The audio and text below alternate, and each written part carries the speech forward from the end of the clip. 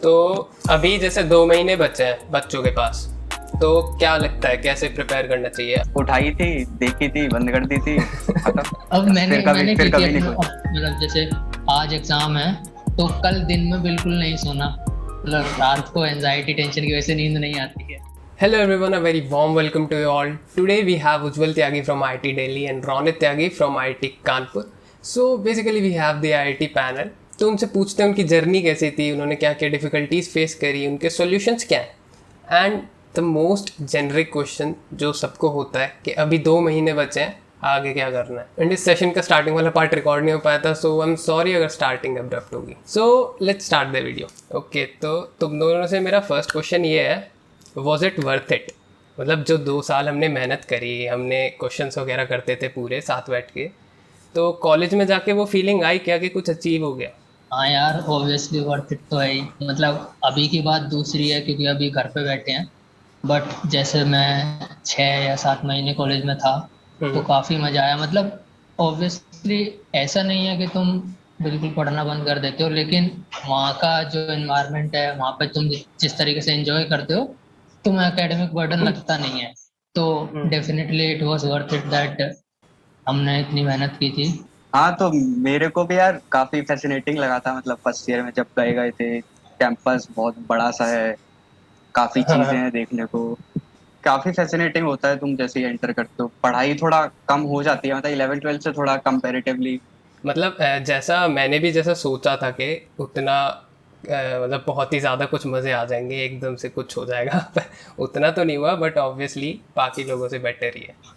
Like मतलब इस तरीके से है कि तुम 2 या 3 दिन पढ़ते हो मंथ में जब एग्जाम वगैरह आने आते हैं, बट उस समय तुम पूरा 100% कंसंट्रेट करके पढ़ते हो। बाकी टाइम तो चिल होता है कि तुम क्लासेस अटेंड कर रहे हो या फिर क्लास में भी सोते हो, तो एंड में देखते हो एग्जाम के टाइम पे ही। हाँ मतलब, पता है क्या, तुम कम पढ़ते हो लेकिन तुम्हारी एफिशिएंसी काफी हाँ हाई हाँ, हो जाती है। तुम कम पढ़ के भी काफी ज्यादा ग्रैब कर लेते हो, वो आ जाता है। ये तो है। तो अभी सेकंड क्वेश्चन ये है, जैसे हमारे टाइम पे पैटर्न अलग था है ना, बस एक मेंस होता था। अभी इस टाइम पे है 4 मेंस। तो जो बच्चे अभी अटेम्प्ट्स दे रहे हैं, तो उनके लिए कोई स्ट्रैटेजी है क्या? जैसे रोनित तेरा भाई अभी दे रहा है, तो ऐसी कोई पर्टिकुलर स्ट्रैटेजी वगैरह वो कुछ फॉलो करता है क्या कि मतलब अभी कैसे पढ़ना चाहिए इस अटेम्प्ट के लिए एंड ऑल? भाई मेरे लिए तो मेरे को लगता है काफी इजी हो गया है। बच्चों के लिए हम लोग को फिर भी एक था, और अब हाँ, चार, ये उनको तो था। 4 बार मौका मिल रहा है, तो काफी मतलब चांसेस होते हैं अपने आप को वापस से रीअसेस करने के, हम्म। और क्या गलती हुई थी स्टार्टिंग में वो देखने के, और थोड़ा जो कॉन्सेप्ट उनको समझ आ गया होगा एग्जाम देते हुए कि कौन से कॉन्सेप्ट में उनको थोड़ा वीकनेस लगा या टफ लगा उनको कि क्वेश्चन नहीं हो रहा है, तो वो वापस से वो देख सकते हैं और टाइम मिल जाता है। तो मतलब बेसिकली इजी हो उन्हें गया मेरे साथ। अपने पुराने अटेम्प्ट्स को एनालाइज करना पड़ेगा है ना? हाँ, हाँ हाँ, मतलब वो ये तो मस्त है। डेफिनेटली बात है कि वो चारों अटेम्प्ट दें। ऐसा ना, मतलब जैसे कुछ बच्चे सोचते हैं ना कि मे बी मैं लास्ट के 2 या 3 दे दूंगा हम्म। और पहले को छोड़ मिस कर देते हैं। तो अटेम्प्ट तो सारे देने चाहिए। मे बी अगर वो 50% प्रिपेयर्ड है या फिर 75% प्रिपेयर्ड है तो जरूर, मतलब स्टिल एग्जाम तो देना ही चाहिए। हम्म। हाँ, जैसे हम लोग भी जब क्वेश्चंस करते थे, तो किसी क्वेश्चन पर अटक जाते थे, मतलब होता ही नहीं था, वो बिल्कुल भी समझ ही नहीं आ रहा है। तो क्या करना चाहिए उसका कि लगे रहें, टाइम वेस्ट करते रहें, छोड़ दें या फिर ब्रेक ले लें? क्या मतलब आगे क्या स्ट्रैटेजी होनी चाहिए? तो यार मतलब पहले अपनी तरफ से तुम ट्राई करना, क्योंकि एग्जाम में तो तुम्हें इतना टाइम नहीं मिलेगा कि तुम उसे एक बार देखोगे। दोबारा कम ही चांस मिलता है कि तुम दोबारा आके उसे देख पाओ। तो मैं तो ये बोलता हूँ कि पहली बारी में अटेम्प्ट कर लो जितना हो पाए तुमसे, उसके बाद उसे छोड़ दो। सर से हिंट ले सकते हो तुम, मतलब तुम्हें क्लिक नहीं कर रहा ना वो क्वेश्चन, अगर वो सही से नहीं हो रहा तो तुम उसके लिए हिंट मांग सकते हो। ऐसे नहीं कि डायरेक्ट सॉल्यूशन चेक कर रहे हो, सर से या फिर किसी फ्रेंड से डिस्कस करके उसका सॉल्यूशन मांग लो और उसके बाद फिर तुमसे दोबारा अटेम्प्ट करो। और फिर भी नहीं हो रहा है तो फिर सॉल्यूशन पे ही जाओ। हम लोग हमारा क्या होता था कि स्कूल में ही था इंटीग्रेटेड है ना, तो भाई बेस्ट होता है। हाँ वो तो है। तो हम ग्रुप स्टडी करते थे, जैसे स्कूल में ही ऐसे हमने 4-5 का ग्रुप बनाया हुआ था। तो जो भी डाउट वगैरह होता था ग्रुप्स में ही सॉल्व करते थे। तो उस चीज़ से हमें एक्चुअली में कुछ बेनिफिट हुआ, और ये बच्चों को करना चाहिए एक्चुअली में या नहीं? हाँ मतलब कुछ टाइम वो निकाल सकते हैं कि इस टाइम के लिए हम ग्रुप स्टडी कर सकते हैं और अपने सारे डाउट्स कलेक्टिवली लेकर आए और साथ में लोगों की अप्रोच पूछें कि किसने किस अप्रोच से सॉल्व किया। तो मतलब काफी अलग अलग अप्रोच भी देखने को मिलती हैं कि कुछ हो सकता है किसी ने काफी हाँ छोटी सी हाँ अप्रोच से, जैसे उज्जवल कभी कभी हाँ कुछ हाँ हाँ नई अप्रोचेस लेके आ जाता था और वो काफी छोटे मेथड से सॉल्व हो जाता था क्वेश्चन। तो हाँ मतलब सीखने को ही मिलता है। कुछ टाइम के लिए कर लेनी चाहिए, ऐसे नहीं कि तुम अकेले पढ़ ही अकेले। नहीं रहे हो, सिर्फ ग्रुप स्टडी में ही पढ़ पा रहे हो, ये भी हाँ, मतलब। वही वही बात है कि तुम डाउट डिस्कशन वगैरह के लिए आ सकते हो, या फिर कोई क्वेश्चन तुमने अपनी तरफ से किया, उसमें तुम्हें डाउट है कि ये मैंने सही तरीके से किया है या फिर ये काफी लेंदी जा रहा है, तो वो हम्म। चीज सब तुम डिस्कस कर सकते हो। ऐसे नहीं कि तुम वहां पे बैठ के लोगों के साथ ही कॉन्सेप्ट पढ़ रहे हो, हाँ तो हाँ हाँ। वो चीज तो लिटिल टाइम वेस्ट हो जाती है। और जैसे ये चीज़ ग्रुप पे भी डिपेंड करती है ना कि ग्रुप कैसा है। तो हाँ जैसे हमारे टाइम पर we didn't have all these platforms, academy वगैरह है ना। अकेडमी यूट्यूब से भी हम मतलब रेयरली पढ़ते थे, कभी कुछ बहुत ही देख लिया कभी कभी। तो क्या लगता है कि यूट्यूब और ये सब प्लेटफॉर्म से ये इफेक्टिव है क्या? जैसे तेरा भाई यूज़ करता है क्या बैंक? नहीं यार, मतलब मेरा भाई तो यूज नहीं करता है। डाउट्स वगैरह मैं ही सॉल्व कर देता हूँ अगर उसको आते हैं। अरे फ्लेक्स। बट मतलब यूट्यूब वगैरह या हम्म अन अकेडमी टाइप ये सब हो गई, वो हम्म। मतलब स्ट्रक्चर्ड वे में अगर तुमको कहीं पे मटेरियल मिल रहा है तो वो काफी है। फिर हाँ, मतलब और क्या प्लेलिस्ट ही सॉर्ट चाहिए। Of thing. Playlist sort of thing. और मेनली तुमको दूसरी बात, स्ट्रक्चरिंग चाहिए। हम्म। और दूसरी और बात, जो अब का टाइम है वो भी ऐसी है कि तुम्हें उसको रिजोर्ट करना ही पड़ेगा कि तुम ऑनलाइन वगैरह यूट्यूब हाँ वगैरह पे हाँ सर्च कर। जैसे मैं हुआ या फिर मेरा कोई भाई और रोनित का भाई हुआ, जैसे या फिर हमारा टाइम था जब ऑफलाइन हमारे पास नोट्स थे। हाँ, तो if somebody has notes then he should totally do its his practice offline. But अगर जैसे अब तुम्हारे पास किसी टीचर की गाइडेंस वगैरह नहीं है, तो obviously you have to search for something on net. और एक ड्रॉबैक इसका ये भी होता है, मतलब वही फोन फोन का डिस्ट्रैक्शन वगैरह। हाँ, ऑब्वियसली तुम यूट्यूब हाँ पे हाँ। लेक्चर देखने लगे, उसके बाद वही जो रोनित वाली बात है, प्लेलिस्ट नहीं है ना, तो तुम्हारे पास नेक्स्ट वीडियो नहीं चलेगी, तुम हाँ सर्च हाँ। करोगे दूसरी चीज। हम्म। तो तो इधर डिस्ट्रैक्शन हाँ हो मतलब जाती अपने है। टाइम पे यार हम लोग तो शायद फोन चलाते ही नहीं थे, बहुत ही कम चलाते थे, हाँ, तो था ही कहाँ, डिस्ट्रैक्शन 11 वाली 12 में। चीज थी नहीं भाई, कोई अपने पास हाँ। था ही नहीं। तो डिस्ट्रैक्शन वाली तो अपने पास कोई चीज थी नहीं थी कैसे, तो वही है। डिस्ट्रैक्शन एक है डिसएडवांटेज। तो अभी जैसे 2 महीने बचे हैं बच्चों के पास, तो क्या लगता है कैसे प्रिपेयर करना चाहिए? हम अपने टाइम पे मतलब जब 2 महीने बचे थे, तो क्या स्ट्रैटेजी थी कि कैसे रिवीजन करें? या रिवीजन छोड़, जैसे अभी किसी बच्चे ने स्टार्ट भी नहीं करा है, तो अगर उसे एक डिसेंट कॉलेज चाहिए मेंस के थ्रू, तो क्या स्ट्रैटेजी होनी चाहिए? और रिवीजन का भी बता देना बाद तो देख यार, जैसे अगर मैं अपने हिसाब से बताऊं कि मतलब जैसे मैं ड्रॉप ईयर में था, में। तो मैंने तो एंड के टाइम पे बस रिवीजन किया था। लिटरली मैंने कुछ एक एक्स्ट्रा चीज नहीं की थी। सर अच्छा। ने जो मुझे पढ़ा रहे थे उन्होंने भी बताया था कि सोलली तुम अपने नोट्स पे फोकस रखो। मतलब कोई भी बंदा, जैसे वो बात दूसरी है कि कोई बंदा अभी से पढ़ना शुरू कर रहा है, लेकिन अगर कोई पहले से पढ़ रहा है हम्म। तो वो डेफिनेटली उसके पास नोट्स वगैरह होंगे। तो हाँ। उसे वही चीज बार बार रिवाइज करनी चाहिए तब तक जब तक उसे सारी चीजें अपने मतलब एटलीस्ट जो उसके नोट्स में से चीज आ रही है वो मिस ना करे। हम्म। जो भी नया चीज पढ़ने का टाइम था वो इससे पहले तक का था। जब एग्जाम हाँ नजदीक आ गया है तो revision is the only thing that you should do. बाकी अगर कोई बंदा अभी से प्रिपेयर कर रहा है, तो आई वुड रिकमेंड कि मतलब डेफिनेटली वो मेंस को टारगेट ही कर रहा होगा, तो एनसीईआरटी मतलब जो ट्वेल्थ के लिए उसने पढ़ा है वही चीज़ रिवाइज कर ले। एज सच तो कुछ कॉम्प्लिकेटेड टॉपिक्स ग्रैब नहीं कर पाएगा इतने शॉर्ट टाइम में। और तो एन एन बट मेंस में जो है क्वेश्चंस वगैरह ऐसे आते हैं जो तुम लिटरली ट्वेल्थ में जो तुमने बोर्ड्स के लिए पढ़ा है उससे तुम हो जाता है। स्पेशली केमिस्ट्री वगैरह वो तो ऑलमोस्ट पूरा पार्ट ही एनसीईआरटी से आता है। तो हाँ एनसीईआरटी पढ़ के वो डिसेंट मतलब अनएक्सपेक्टेडली गुड परफॉर्म कर सकता है। हाँ। बट एनसीईआरटी का भी ये सीन है ना कि हमारे टाइम पे एनसीईआरटी में पूरा सिलेबस था। अभी सिलेबस भी शायद कट शॉर्ट कर दिया है थोड़ा। हाँ काफी कम कर दिया है ट्वेल्थ में बोर्ड्स में। तो वो उसके लिए क्या मतलब, वही कोई पुरानी अरेंज कर ले एनसीईआरटी?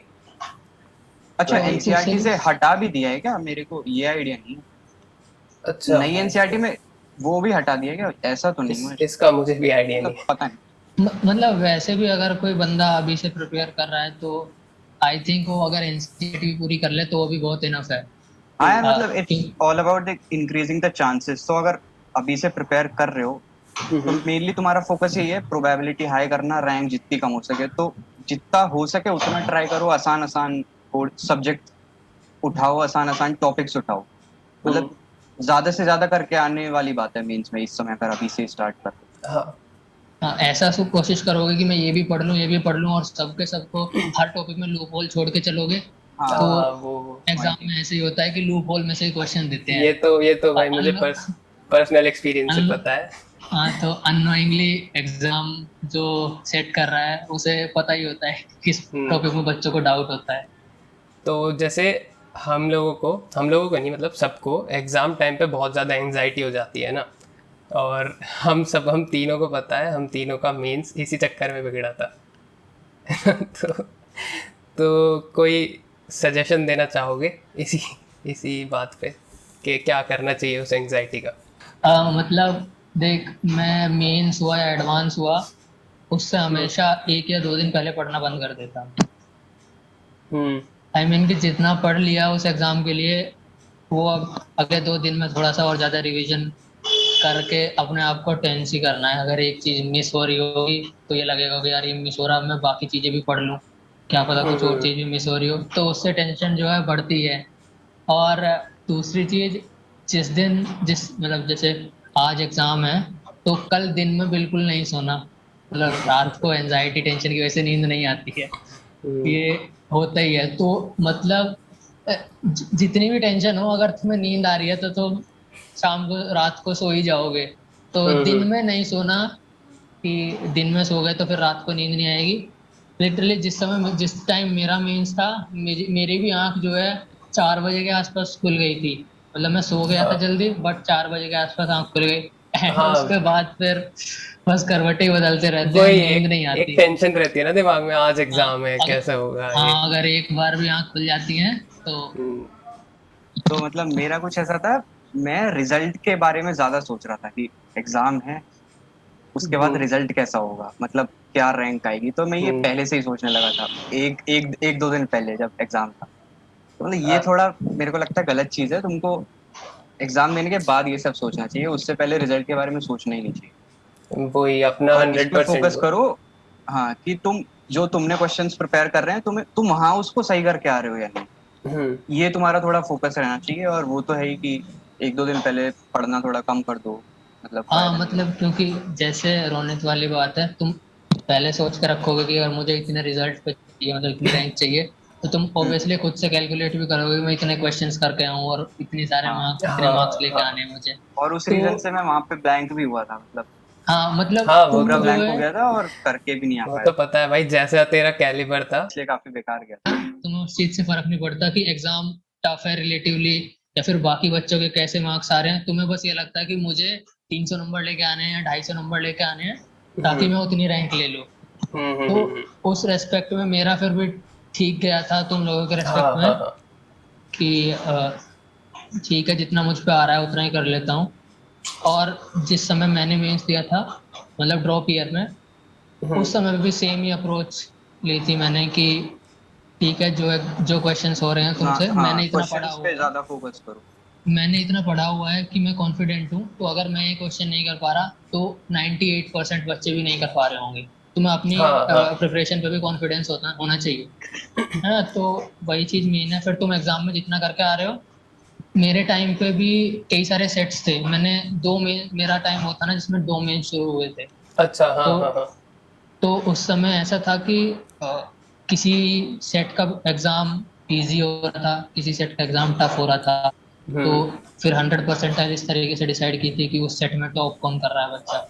हाँ। तो जैसे मेरे साथ वाले जो जो पहला मेंस था जनवरी वाला, उसमें मेरे 236 मार्क्स आए थे।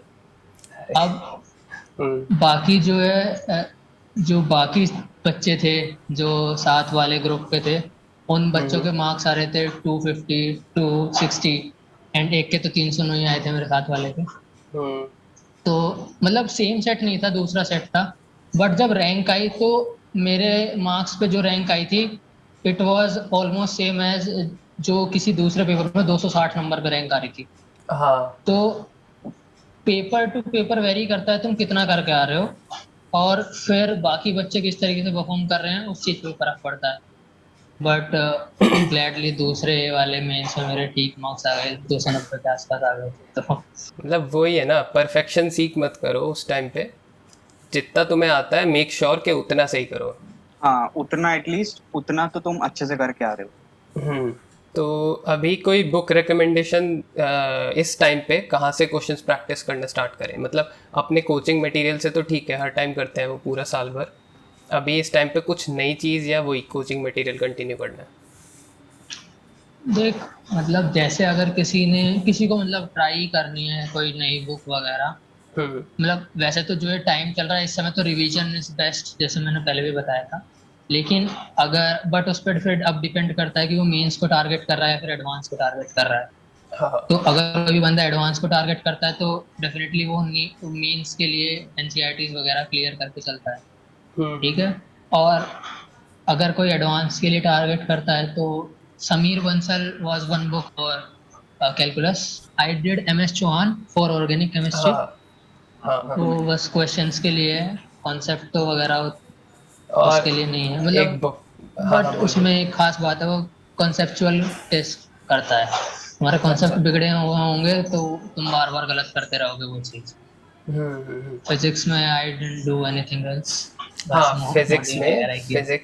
फिजिक्स में एक बहुत आइकॉनिक बुक है, आईईई रोडो। इरोडो, ओ तो भाई, क्या क्या मतलब वो करना चाहिए या अरे नहीं? उससे मतलब मेरे हिसाब से उससे बेटर तो भाई अच्छी वर्मा कर लो, काफी अच्छे से डाउट्स और मतलब कॉन्सेप्ट्स भी काफी स्ट्रांग हो जाते हैं। आई इरिडो यार ठीक है, मतलब मतलब लैंग्वेज मैंने एक तो की उसमें थी। काफी अजीब है।